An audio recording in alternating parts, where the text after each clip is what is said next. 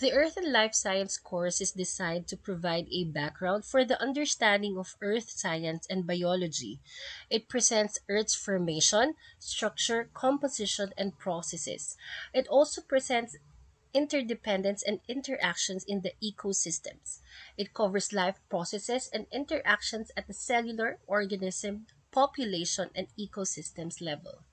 At the end of this course, the students are expected to be able to explain the interrelationship among different scientific processes. They should also be able to demonstrate scientific process skills and the right attitudes in investigating the natural world. They should also be able to apply scientific skills and appropriate attitude to face the global challenges of enhancing quality of life.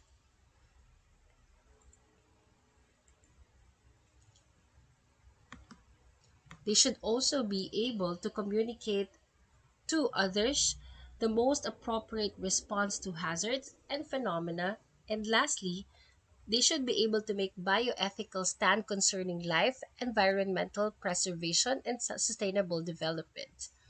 In terms of the course structure, the students will be able to focus on six different modules covering both earth and life sciences.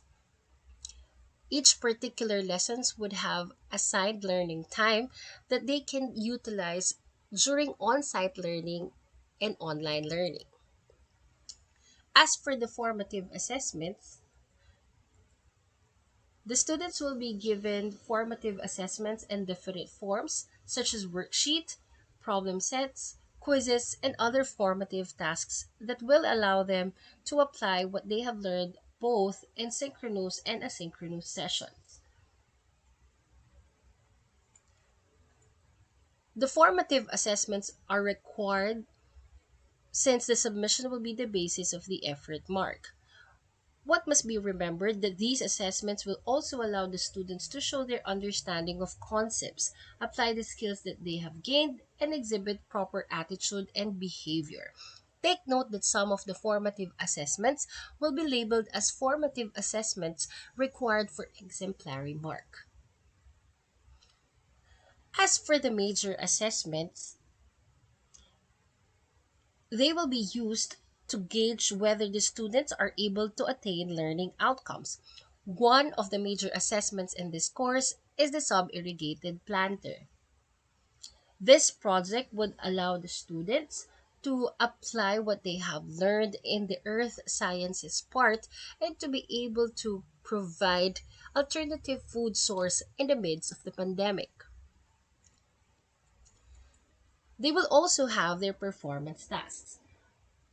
In their performance tasks, the students will be allowed to showcase what they have learned from the subject and be able to show different perspectives of different stakeholders and the issues that they will choose to work on. They will also be given the chance to reflect on their personal learning and to check whether they have achieved the learning goals of the course. In terms of the grading system,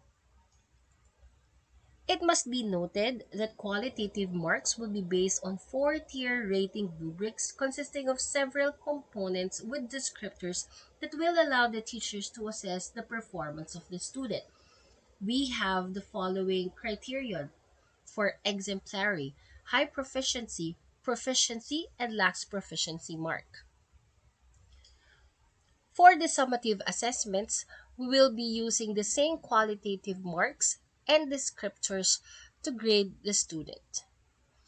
As for the final mark, it must be noted that for a student to get an exemplary mark for the course, he or she should get exemplary mark in all major assessments. If not, one high proficiency mark and exemplary mark for other components of the major assessments will also be accepted for the exemplary mark. Please take note that when a student does not meet the expected learning outcomes, he or she would get low proficiency mark, especially when 50% of the major assessments were not submitted. As for the effort mark, It is based on the active participation of the student. We gauge the amount of work, diligence, and promptness of the student. It is very important also for the student to display quality work and accurate output. As for the conduct mark, we also measure the overall behavior and action of the students. So the student should be able to display the following values such as self-management or mastery, respect for others, and academic integrity. A gentle reminder for from the subject area. Parents of students who failed to submit two consecutive outputs should be notified through email by the teacher, and the submission should be done within 2 school days. Student can make up at most two missed major assessments depending on the valid reason. However, teachers can extend submission if there is any valid reason stated, and the student will need to submit even if the work is marked late. So completion of the major assessment is included in the learning time of the student, and all due dates are posted in the Google Classroom. We encourage students to practice academic integrity, focus on their learning, develop the habits of citing resources at all times. We also encourage them to avoid all forms of academic dishonesty and plagiarism. We also refrain them for giving unfair advantage to their classmates or peers. And we encourage them to contribute fairly to all group activities and outputs.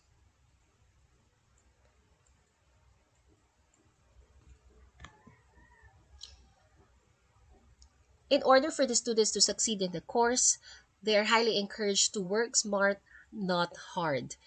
And it is also important for them to create a daily task list to manage their time efficiently, to create learning logs to check if they are still at par with the learning expectation, to practice grit, resilience, and excellence, and of course, to consult when needed.